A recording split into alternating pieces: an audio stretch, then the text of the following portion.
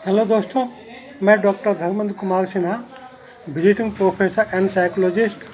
आज मैं art of living की तहत आप लोगों से चंद थॉट शेयर करने जा रहा हूँ। मित्रों, हर कोई उम्मीद पालता है, हर कोई चाहता है कि उसकी चाही हुई चीज़ें उसे मिले या जीवन में उसके सपने साकार हो। हम अपने प्यार को पाना चाहते हैं, एक बड़े घर में जाना चाहते हैं या करोड़पति बनना चाहते हैं। हम परिणामों से इतने जुड़ जाते हैं कि जब वैसा नहीं हो पाता तब बड़ी निराशा, हताशा और पीड़ा होती है। आध्यात्मिक दृष्टिकोण से बात करें तो हम अपेक्षाओं से मुक्त होना चाहते हैं ताकि वर्तमान क्षण में अधिक से अधिक आनंद का अनुभव कर सकें। लेकिन कोई बिना उम्मीदों के जीवन कैसे जी सकता है? यह आसान नहीं है, लेकिन संभव है। कोई अपेक्षा नहीं रखने का अर्थ क्या है? उम्मीदों के बगैर जीने का मतलब है वर्तमान पल में सहज रूप से जीवन का अनुभव करना। इसका मतलब यह नहीं है कि भविष्य के लिए कभी भी लक्ष्य या योजनाएं न बनाएं। वे एक पूर्ण सार्थक जीवन के लिए आवश्यक है। इसका सीधा सा मतलब है कि हम उन लक्ष्यों और सपनों की मंजिल तय करने की बजाय यात्रा का आनंद लें। हम अपने आसपास की हर चीज़ों को पहले से नियंत्रित करने की कोशिश करने के बजाय नए अनुभवों का पूर्वानुमान लगाते हुए और अपनी प्रवृत्ति का अनुसरण करते हुए भी अपने दिनों को जिएं।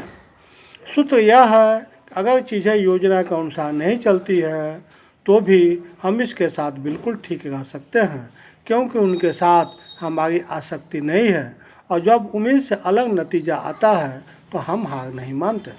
खुद को अपेक्षाओं से मुक्त रखने का अर्थ है आंतरिक रूप से अधिक शांत होना, क्योंकि आप वर्तमान में जी रहे हैं। इसके लिए चिंतित नहीं हैं कि भविष्य में क्या हो सकता है। सेकेंड स्टेप है दूसरों से उम्मीद।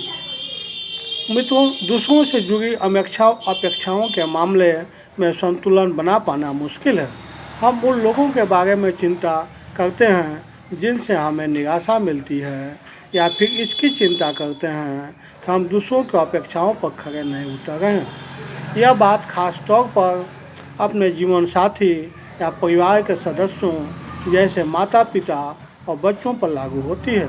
उनसे हमारी अपेक्षाएं बहुत होती हैं और इसकी वजह से जाने अनजाने उनके प्रति आपका व्यवहार बदल जाता है। ब्रेन ब्राउन अपनी किताब डेयर टू लीड में कहते हैं, मुझे पता है कि मेरा जीवन तब बेहतर हो जाता है जब मैं इस धारणा के साथ काम करता हूँ कि हर कोई अपना सर्वश्रेष्ठ कर रहा है। मित्रों, हम बिना किसी अपेक्षा के जीने वाले लोगों को आलसी, ऊर्जाहीन या प्रेरणा विहीन व्यक्ति के रूप में देखते हैं, या शायद उन्हें भोला भाला, आत्म बलिदानी या शहीद के रूप में देखते हैं। लेकिन अपेक्षाओं का त्याग करने की शक्ति तब आती है जब हम अपने और दूसरों के प्रति खुले और ईमानदार होते हैं। जब हम अपनी ज़रूरतों के बारे में जागरूक होते हैं और उन्हें न केवल दूसरों को बल्कि खुद को भी बताते हैं, तब बिना अपेक्षाओं के जीवन जीते हैं। मित्रों, बिना अपेक्षा के जीवन जीने के निम्नलिखित तरीका हैं। पहला, वर्तमान में जिएं। आप जीवन से और दूसरों से जो उम्मीद करते हैं उसे छोड़ देने का सरल रास्ता वर्तमान पर ध्यान केंद्रित करना है।